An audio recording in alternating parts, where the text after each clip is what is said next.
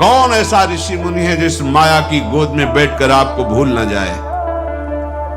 इसलिए हमसो ना बिगाड़न को, तोषो ना संवारन को, तोई मोहि पड़ी होड़। कौन दो जीते है कौन दो हारिए, पर बदी न तो। भगवत कृपा पात्र फिसल सकता है, लड़खड़ा सकता है, लेकिन नामे भक्ता प्रणश्यति। मेरे भक्त का कभी नाश नहीं हो सकता। अपनी योग्यता को आप सब बैठ के देख लीजिए कि अगर झांक के देखो तो अगर मनीराम के ऊपर शासन न हो कृपा का तो हमें कहां गिरा दें। आप देख लो, सब देख लो, बैठे हो वृंदावन में, अपने घर में हो, विचार करके देखो तुम कितने जितेंद्रीय हो, कितने तपस्वी हो, कितने महान विचारवान हो। एक क्षण बैठ के देखो, अगर तुम्हारे अंदर शुद्ध विचार आ रहा है, भगवत भाव आ रहा है, तो तुम्हारे अहंकार भरी साधना से नहीं है, ये शरणागति का प्रताप है। ये उनके प्रताप से इतना ही नहीं है, उनके प्रताप से तुम्हें भगवत प्राप्ति भी होगी। अनुकूलता, प्रणाम, नमस्कार, प्रशंसा, ये दोनों तुम्हारे जीवन में आएंगे। तुम्हें ना तो अनुकूलता में फंसना है, ना प्रतिकूलता से निराश होना है। तास तितिक्षस्व भारत, इनको सह जाओ, महात्मा हो जाओगे, परम पद के अधिकारी हो जाओगे। भगवान सामने खड़े हैं, पर कहते परम पद के अधिकारी तभी होगे जब तुम सह जाओगे। अगर तुम सह नहीं पा रहे हो तो बल को मांगो प्रभु से। वो इंतजार कर रहे हैं, तुम अहंकार होकर दैन्य भाव से मांगो। चाहे जितना बड़ा दुराचारी हो, एकमात्र भगवान के बल का आश्रय ले ले तो महात्मा बन जाएगा। करो सद्यते साधु समाना। तुम्हारे मालिक देख रहे हैं, तुम्हें ईश्वर देख रहा है। ईमानदारी से भगवत मार्ग में चलो, फिसलोगे तो शास्त्रावाहु भगवान तुम्हें अनंत भुजाओं का बल देकर बचा लेंगे। इसलिए सावधान, ये बहुत बड़ा युद्ध है।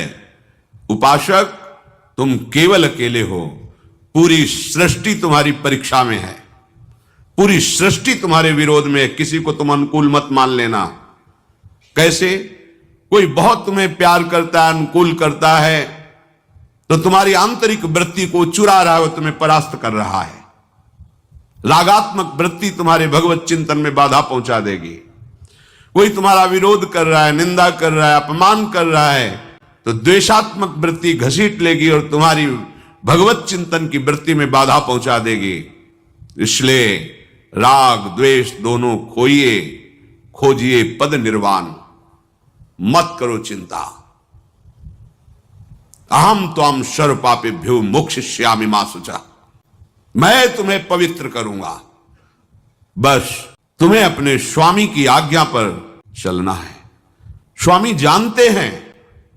श्री स्वामी हरिदास जी महाराज कह रहे हैं, ये विचित्र माया पसारी आपकी है। कौन ऐसा ऋषि मुनि है जिस माया की गोद में बैठकर आपको भूल न जाए। इसलिए हमसो ना बिगाड़न को, तोषो ना संवारन को, तोई मोहि पड़ी होड़।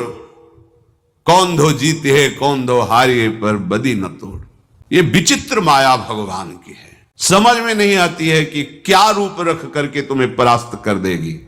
एक रूप है, जैसे भगवान की अनंत महिमा है, ऐसे अचिंत्य महिमा माया की है।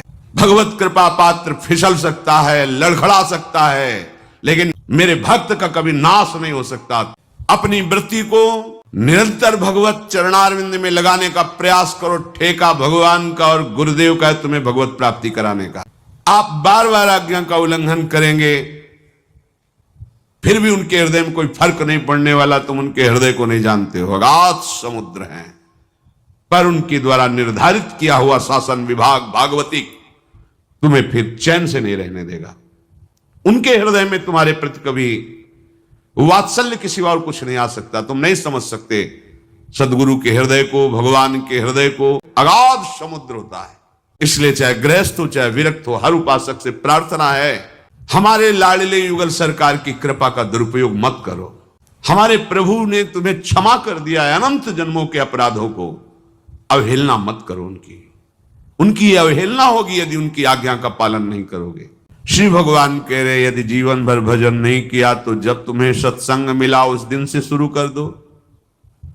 ऐसा भी नहीं हो पाया तो कहीं तुम्हारे सौभाग्य से ऐसा हो कि अंतिम समय कोई तुम्हें नाम सुना दे, प्रभु की छवि के दर्शन करा दे, या भगवान की चर्चा सुना दे, या श्री हरिप्रियाजू का उच्छिष्टामृत चरणामृत वृंदावन की रज मिल जाए। निश्चित अंतिम समय प्राप्त होने पर उसे भगवत प्राप्ति होती, कल्याण हो जाता है। या भगवान के धाम और पुरियों में वास करे आजीवन, रहने सुधार करके, तो भगवान की दिव्य लीलाओं में भी प्रवेश हो जाता है। कल्याण होना अलग बात है, मोक्ष होना, भगवत प्राप्ति होना, लेकिन लीला में प्रवेश करते हुए उनके संग, उनकी सेवा में रहना, यह दुर्लभ बात है। भगवत प्राप्ति का मतलब होता है तरंग समुद्र में समा गई। कल्याण का तात्पर्य होता है कई रूप उसके होते हैं। इस जन्म में जो तुम्हें साधन व्यवस्था मिली, दुरुपयोग किया, तो भगवान तुम्हें फिर किसी जन्म में कृपा करेंगे, नीचे की योनियों में ना जाने देंगे। अगर नीचे की योनियों में चले गए तो पूर्व का किया हुआ भजन फिर उसको उठाएगा। ये कल्याण के अंतर्गत चलता रहता है। लेकिन इसी जन्म में हमें श्री जी के समीप पहुंचकर उनकी सेवा में, ये सबसे दुर्लभ बात है। और ये दुर्लभ बात हमारे लिए सुलभ हो गई। आचार्य कृपा की उपासना अर्थात जीटी रोड, राजमार्ग, आंख मूंद के दौड़ो, गिरोगे नहीं। बस उपासना की बात में चलो, जो आचार्य चरण के, सीधे निकुंज पहुंच जाओगे। इधर उधर देखो मत, कहीं आकर्षित मत हो, लड़खड़ाओ मत। अगर कहीं लड़खड़ा रहे हो तो बहुत समर्थ लोग आपके साथ चल रहे हैं, आपको दिखाई नहीं दे रहा है, आपके साथ हैं। बड़े बड़े अव्यक्त महापुरुषों की कृपा उन साधुकों पे होती है जिन्होंने निश्चय कर लिया इसी जन्म में भगवत प्राप्ति करनी, तभी वो आगे बढ़ पाते हैं, अपने बल से नहीं। ये जो आप विकारों से बच रहे हैं, वैराग्यवान हैं, आप संसार के राग से ऊपर उठ रहे हैं, ये आपका नहीं है, ये आपके बाप का है। हमारे सबके बाप है हित सजनी जू, हरिवंश महाप्रभु, मेरे लाडले युगल और मेरे गुरुदेव। उनका प्रताप हमें जिला रहा है और हमें चला रहा है, नहीं तो एक कदम नहीं चल सकते। अपनी योग्यता को आप सब बैठ के देख लीजिए कि अगर झांक के देखो तो अगर मनीराम के ऊपर शासन न हो कृपा का, तो हमें कहां गिरा दें। आप देख लो, सब देख लो, बैठे हो वृंदावन में, अपने घर में हो, विचार करके देखो तुम कितने जितेंद्रीय हो, कितने तपस्वी हो, कितने महान विचारवान हो। एक क्षण बैठ के देखो, अगर तुम्हारे अंदर शुद्ध विचार आ रहा है, भगवत भाव आ रहा है, संसार से वैराग्य की तरफ बढ़ रहे हो, तो तुम्हारे अहंकार भरी साधना से नहीं है, ये शरणागति का प्रताप है। ये उनके प्रताप से इतना ही नहीं है, उनके प्रताप से तुम्हें भगवत प्राप्ति भी होगी। दैन्य भाव से भगवत चिंतन परायण रहने की चेष्टा करो, यही भाव तुम्हें अंतिम में आ जाएगा। एक महात्मा भक्तों के यहाँ भ्रमण करते, संतों का स्वभाव होता है भिक्षावृत्ति की, कहीं रुके, कहीं किसी को प्रवचन के द्वारा कृतार्थ किया, कहीं किसी की सेवा लेकर कृतार्थ किया। भोजन, वस्त्र, प्रणाम, नमस्कार, ये सब संतों का भजन उनके मंगल के लिए जाता है, जो उनकी इस तरह की सेवा। और जो निंदा करते हैं, अपमान करते हैं, संत इतने कृपाल होते, उनका भी मंगल करने की भावना। तो उस समय असरफी चलती थी, तो किसी भक्त ने उनको 4-5 असरफियां भेंट में दी। तो गीता जी साथ रखते थे कपड़े में, ग्रंथ को कभी निर्वस्त्र ना रखे। आचार्य वाणी, भगवद वाणी, एक रुमाल ही भले चाहे तुम्हारे पास हो, कभी जमीन में ऐसे मत रखना, आसन में विराजना, बहुत सम्मान दो। तो गीता जी को सुंदर वस्त्र से आविष्ट करके रखते थे, उसी में 5 असरफियां रख ली। भाव था कि किसी दिन संतों का भंडारा करेंगे। गीता जी में वो सुरक्षित रखी कुटिया में। अंतिम समय आ गया,